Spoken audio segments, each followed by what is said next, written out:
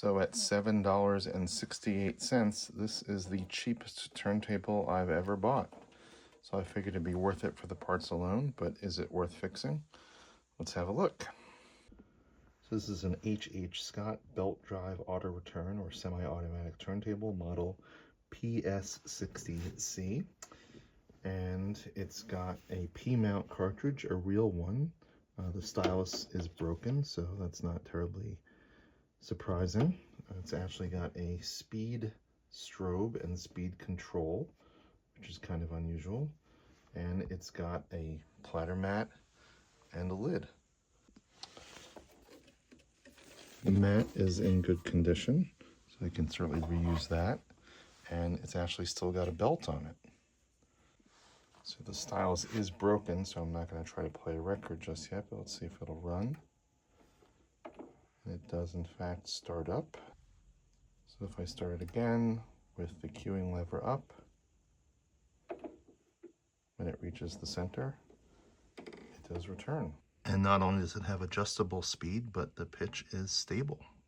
So I gave it a quick tidying up and no surprises. It is an inexpensive black plastic turntable, but everything seems to be intact.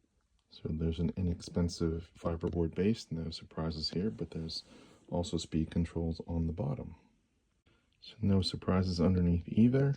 Everything looks pretty good. I'm just going to give some of this grease a clean up and apply some new grease. So I also removed the spindle here to see if I could lubricate it, and I can't figure out how to get this to pull out.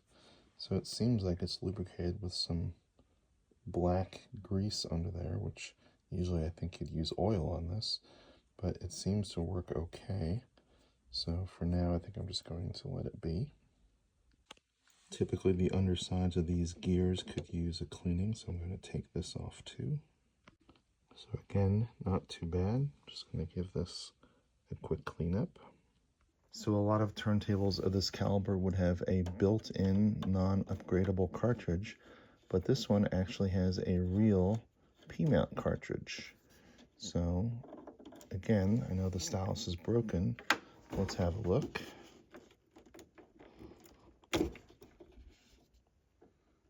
So I was able to determine that this cartridge is made by CEC and goes by a number of names as used by different turntable manufacturers. So one is the Scott CN108. So I was also able to determine that that is the Fansteel model 794-D7. And here from the Voice of Music, I can get one for as little as $11. So I have my new $11 stylus. So this is a Fansteel 794-D7. So the old one slides out, and this is very easy to replace. The new one just slides right in. Just going to reinsert it, and then put the screw back in.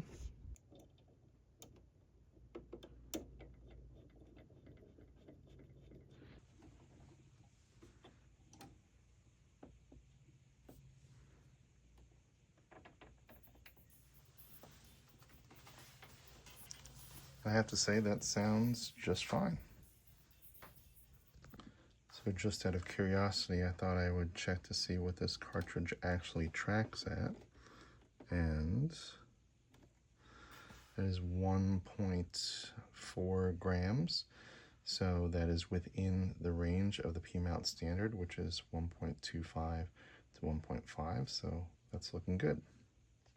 So with a purchase price of $7.68, and after investing in a new stylus, a total cost of less than $20, I have a fully functional entry-level turntable.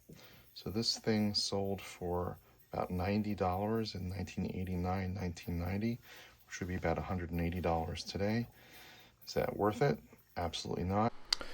But neither is this. So Denon takes a cheap generic mechanism used by other manufacturers like Crosley and Audio-Technica, slaps its name on it, and charges $200 for the turntable.